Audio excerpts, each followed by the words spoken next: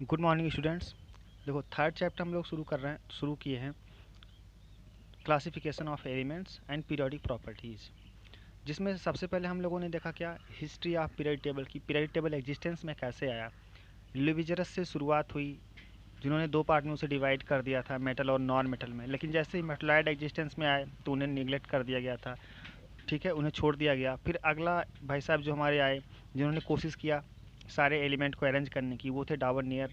डावरनियर ने क्या किया, ट्रेड्स बनाए, तीन तीन का पेयरिंग किया उन्होंने, और कुछ इस तरह से किया कि जो टर्मिनल एलिमेंट्स थे उनका एवरेज मास जो था वो मिडिल एलिमेंट के बराबर था। तो उन्होंने बोल दिया कि ये तीनों एक जैसे होंगे, तीनों की प्रॉपर्टी क्या होगी, रिसेंबल कर रही होगी, मैच कर रही होगी, ठीक है।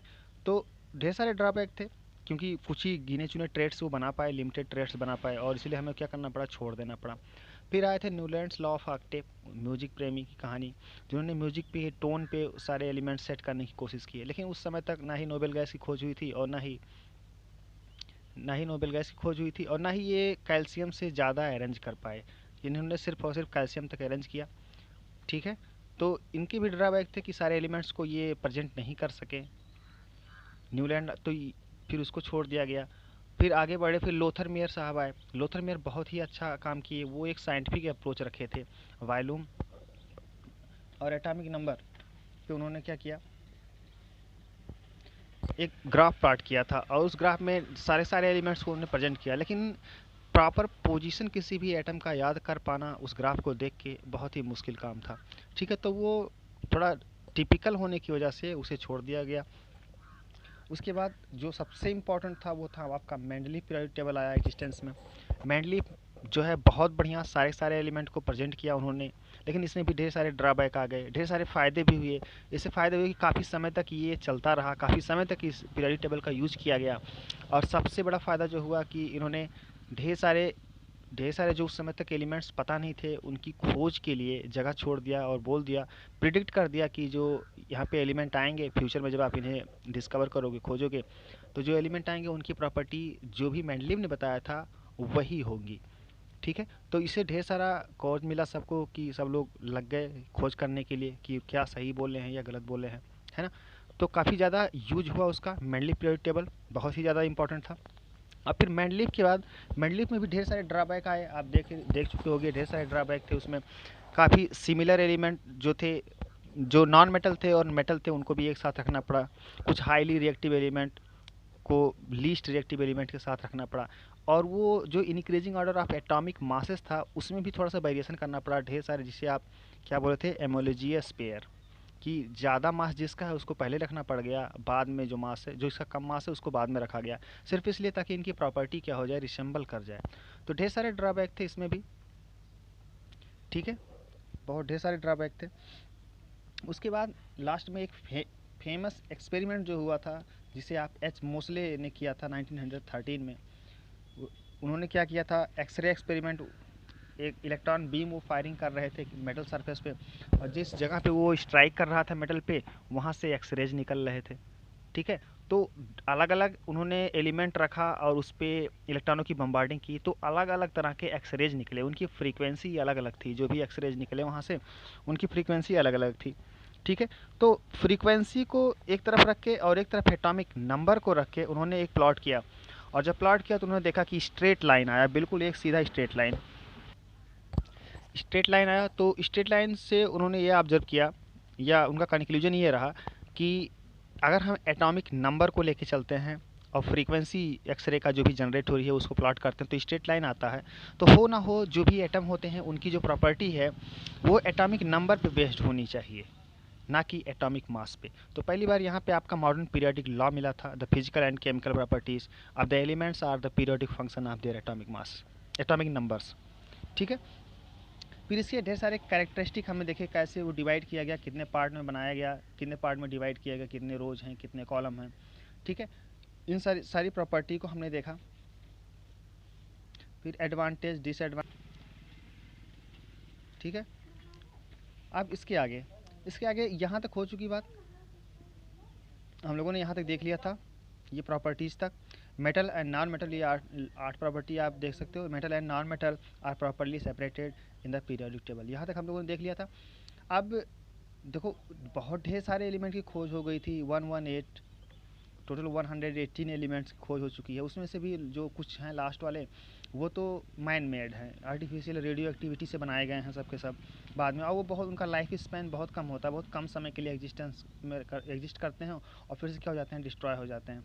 यानी कि वो स्टेबल नहीं है, बहुत ज़्यादा स्टेबल नहीं है। ठीक है, तो अब देखो हुआ यूँ कि इन सब का जितने भी एटम हैं उन सब का भी आईयूपीएसी नेमिंग करना पड़ा। आईयूपीएसी नेमिंग की वजह ये थी कि एक एटम था, जिसकी कहानी कुछ इस तरह से कि एक एटम रदरफोर्डियम, जिसका एटॉमिक नंबर होता है 104, रदरफोर्डियम 104, तो वो सेम टाइम पे दो अलग अलग कंट्री में डिस्कवर हुआ, लगभग लगभग सेम टाइम में। तो उसको मतलब उसका जिम्मेदारी लेने लगे कि मैंने इसे खोज किया या मैंने खोज किया। वो झगड़ने लगे आपस में, एक इंग्लैंड के थे और दूसरे अमेरिका के थे। तो उन लोगों ने अपना मतलब देना शुरू किया कि इसकी खोज मैंने की, पेटेंट लेने के लिए उसका, या मैंने खोज की। तो इन सारी चीज़ों के लिए उन्होंने अलग नाम रख दिया उस चीज़ का, और उन्होंने अलग नाम रख दिया। तो भाई साहब ने इधर जो था इंग्लैंड का, उसने रदरफोर्डियम नाम रख दिया उसका। ठीक है, तो इस तरह से झगड़ा होना शुरू हो गया कि अगर एक ही एटम सिमिलर टाइम पे खोज हो गई या दो अलग अलग कंट्री में, तो दो अलग अलग नेम हो जाएंगे उस एटम के। ठीक है, तो इसको मिनिमाइज करने के लिए, मतलब ऐसा ना हो, इसको करने के लिए क्या किया गया, एक आईपीएससी सिस्टम निकाला गया इन सब के लिए कि इन सब का भी आईपीएससी नेमिंग की जाए। तो बहुत आसान सा एक तरीका ईजाद कर लिया गया, देख सकते हो आप। तो nomenclature for elements of atomic number greater than 100, देखो ग्रेटर देन 100 के लिए ही यूज होता है, लेकिन अगर आप चाहो तो 1 से लेके जितने भी खोज हुए हैं उन सब के लिए। कभी कभी ऐसा मिल सकता है आपको कि 15 जो है उसका आप आईपीएससी नेम बताओ, जिसका एटॉमिक नंबर 15 हो उसका आप आईपीएससी नेमिंग बताओ, ऐसा क्वेश्चन आ सकता है, ऐसी बात नहीं है। तो लेकिन अधिकतर यूज कहाँ से होता है, ग्रेटर देन 100 के लिए यूज होता है। ठीक है, तो बहुत आसान सा है ये रूल्स। देखो क्या है, 0 डिजिट की बात हो रही है, सिर्फ ये डिजिट से ही होंगे। जैसे मान लो हमें तो 115 लिखना, तो 115 हमने लिख दिया, इस तरह से 115 हो गया। अब जिसका भी एटॉमिक नंबर 115 उसका नाम क्या आएगा, तो यहाँ पे देखो 3 डिजिट है, 1 2 3।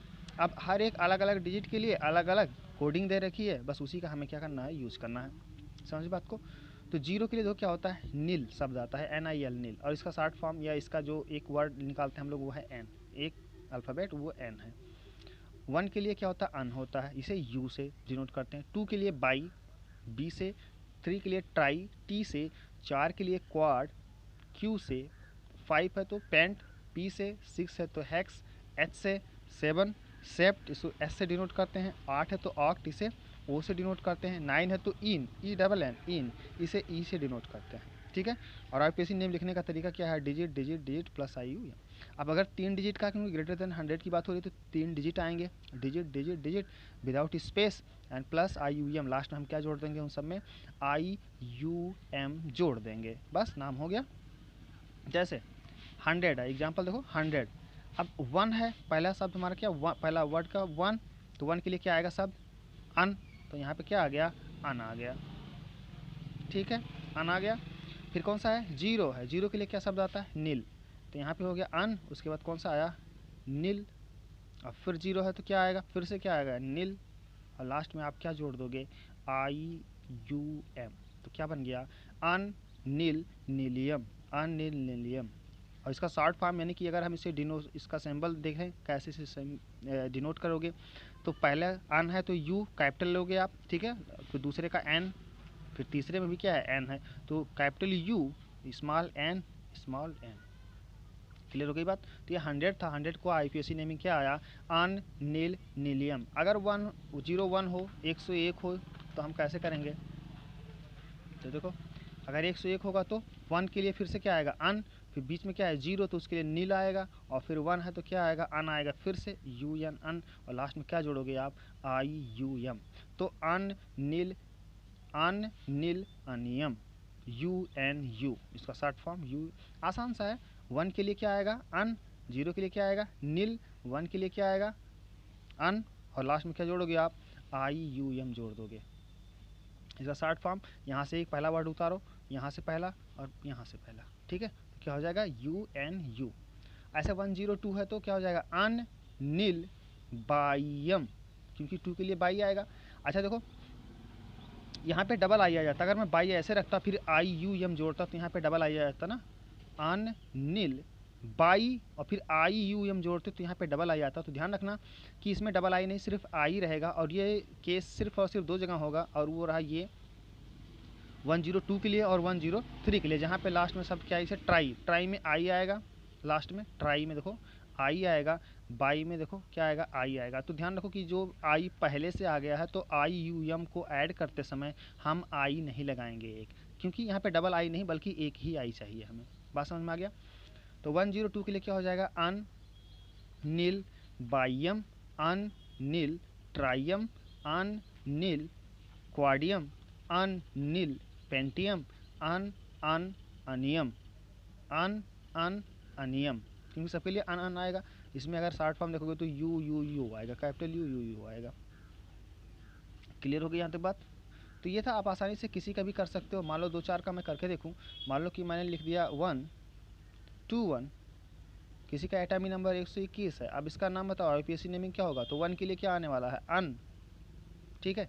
2 के लिए क्या आएगा, बाई, फिर 1 के लिए क्या आएगा, अन, लास्ट में क्या जोड़ोगे, आई यू एम। तो क्या हो गया, अन बाई अनियम, अन बाई अनियम। तो 121, ऐसे 141 हो अगर तो क्या होगा 141। तो अन 4 के लिए क्या होता है, क्वाड, 1 के लिए फिर से क्या, अन, लास्ट में क्या जोड़ोगे, आई यू एम। तो क्या हो गया, अन क्वाड अनियम, अन क्वाड अनियम 141। तो आप किसी का भी कर सकते हो, किसी का भी आप आसानी से कर सकते हो, 141 के लिए, चाहे 121 के लिए, चाहे किसी के लिए भी। मान लो मैं 78 के लिए लिखना चाह रहा हूँ, तो बताओ जरा क्या होगा इसका यूपीएससी नेमिंग। 7 के लिए क्या आता है, सेप्ट आता है। 8 के लिए क्या आता है, ऑक्ट आता है। लास्ट में क्या जोड़ोगे आप, आई यू एम जोड़ोगे। तो क्या आ गया, सेप्ट ऑक्टियम, सेप्ट ऑक्टियम, सेप्ट ऑक्टियम। क्या हो जाएगा, 78 का हो जाएगा। तो इस तरह से आप किसी का भी यूपीएससी नेमिंग किसी भी एलिमेंट्स का कर सकते हो, ठीक है। तो ये अच्छा तरीका था।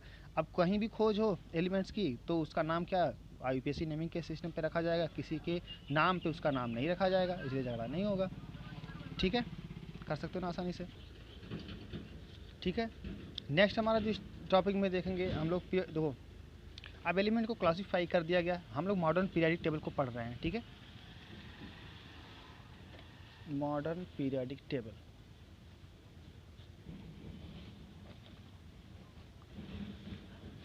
ये हो गया था। अब देखो नेक्स्ट हमारा जो इसमें हम देखने जा रहे हैं वो है electronic configuration and types of elements.